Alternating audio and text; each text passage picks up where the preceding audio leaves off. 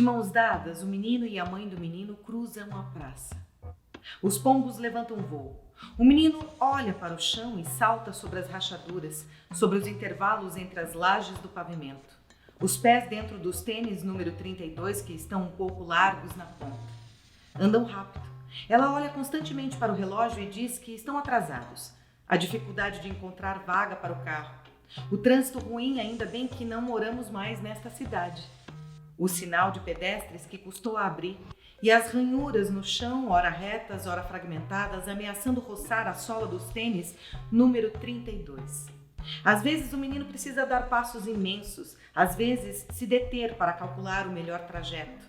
A mãe: para com isso, estamos atrasados. Estou com dor de cabeça, devia ter comido alguma coisa de manhã.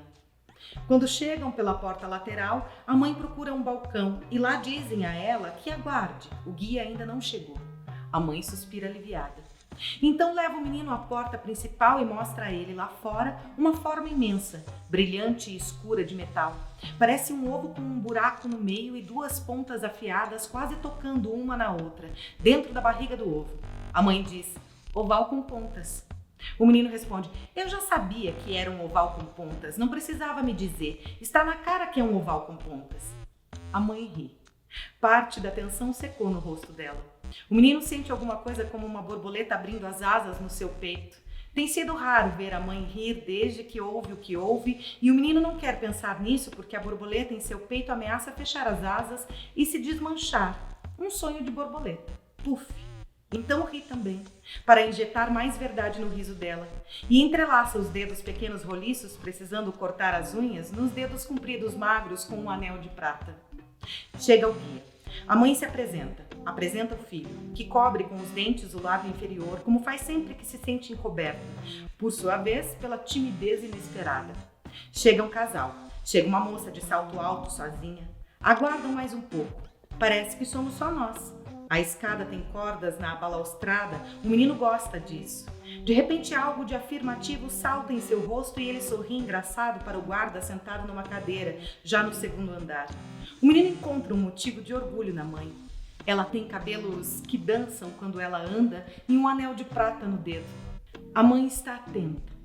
Antes de começar, diz o guia, quero destacar que esta é uma exposição de nível internacional, não só pela relevância das obras, mas pela maneira como estão distribuídas pelas salas, como vocês vão ver. Uma exposição que poderia muito bem estar, por exemplo, em Nova York. Conforme as palavras ganham a primeira sala, o grupo engrossa. Vem mais gente. O menino já ouviu falar em Nova York. Não lembra exatamente quando. Nova York é uma cidade ou um país? Onde fica? O guia tem grandes olhos azuis e o menino pensa que os olhos claros deviam ser também um pouco transparentes e deixar a gente ver dentro deles. Os olhos do menino são iguaizinhos aos da mãe, escuros, da cor do oval com pontas lá embaixo. O menino imagina como seria ter dois olhos em forma de ovais com ponta. A mãe do menino concentra-se no que diz o guia. Olha para as obras que ele indica, vê os desenhos roliços que mais parecem esculturas em duas dimensões, vê a cabeça da Virgem tão branca dentro do mármore fase inicial e o respeito ao material que pode ser a pedra, a argila branca, o concreto, o bronze. A atenção do menino é que já se desgarrou do fio condutor. A mãe diz: você pode passear, mas tem que ficar sempre na mesma sala em que eu estiver. Ele se solta como a borboleta que abria as asas no seu peito momentos antes. É uma borboleta sólida. Seria de alabastro se o alabastro soubesse voar. Levanta os olhos para cá, para lá e de repente pousa numa coisa que se chama duas cabeças. Não são exatamente duas cabeças, ele pensa, mas ao mesmo tempo são. Qual o nome dessa intensidade entre o que não é e o que é? No menino, um pensamento se formula sem palavras. Uma estranha comichão, como se a visão duvidasse do que vê.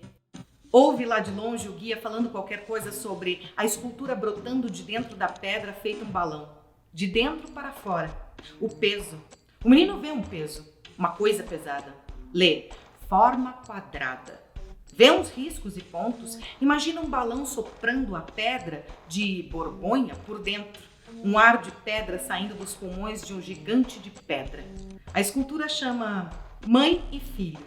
É um repuxo de pedra, de ançã, coisa que o menino não pensa, mas vê. como o seu novo olhar que duvida dos fatos concretos e abstratos.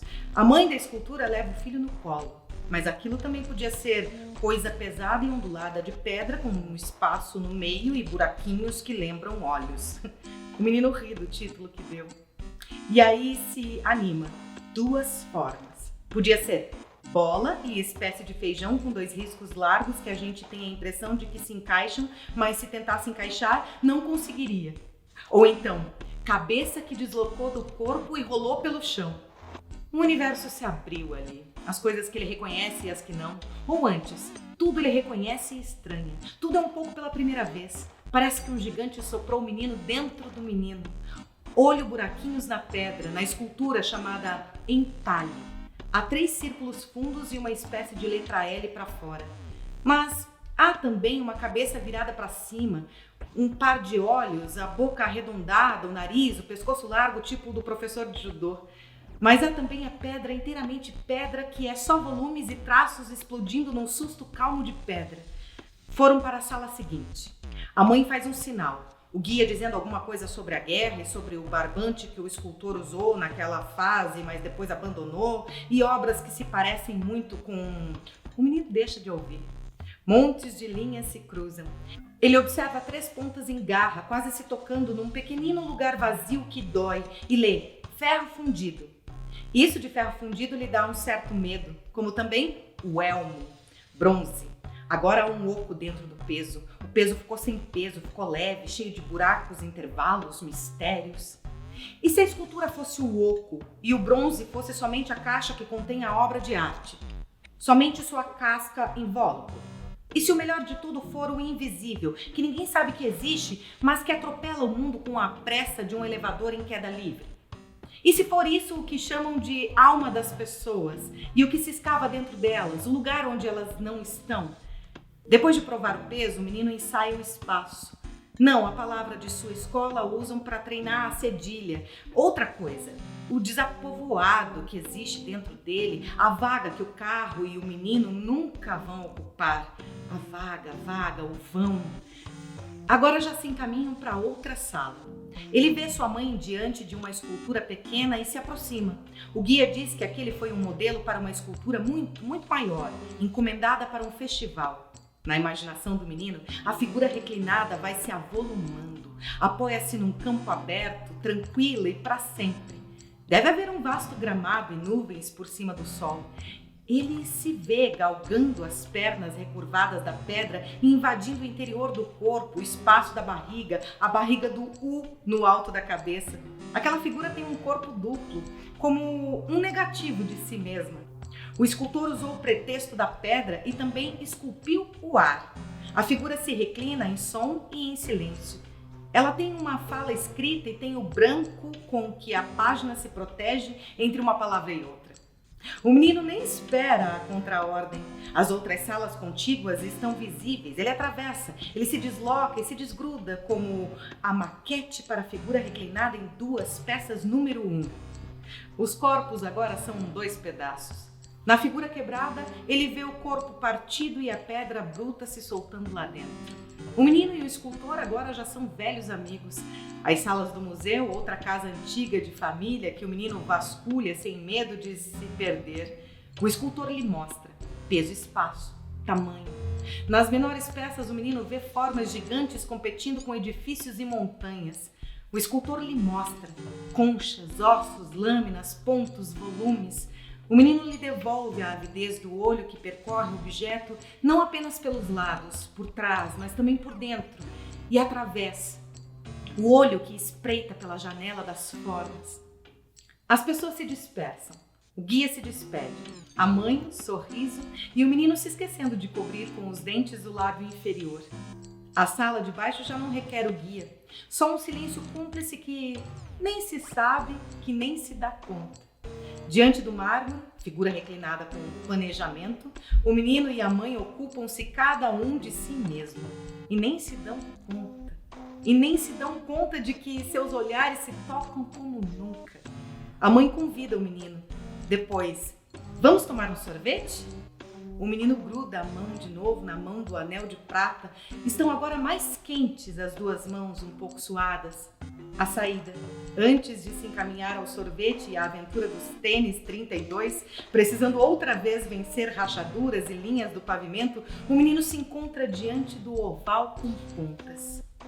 Ponta apontando para a ponta.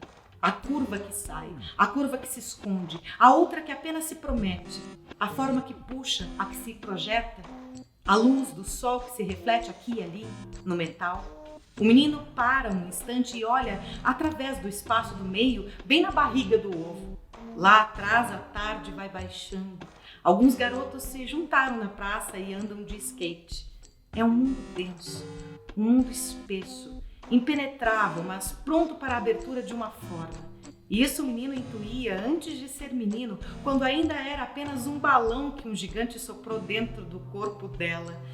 A mulher que tem dedos compridos magros e um anel de prata. No céu, sobre suas cabeças, uma pequenina borboleta de alabastro acaba de aprender a voar.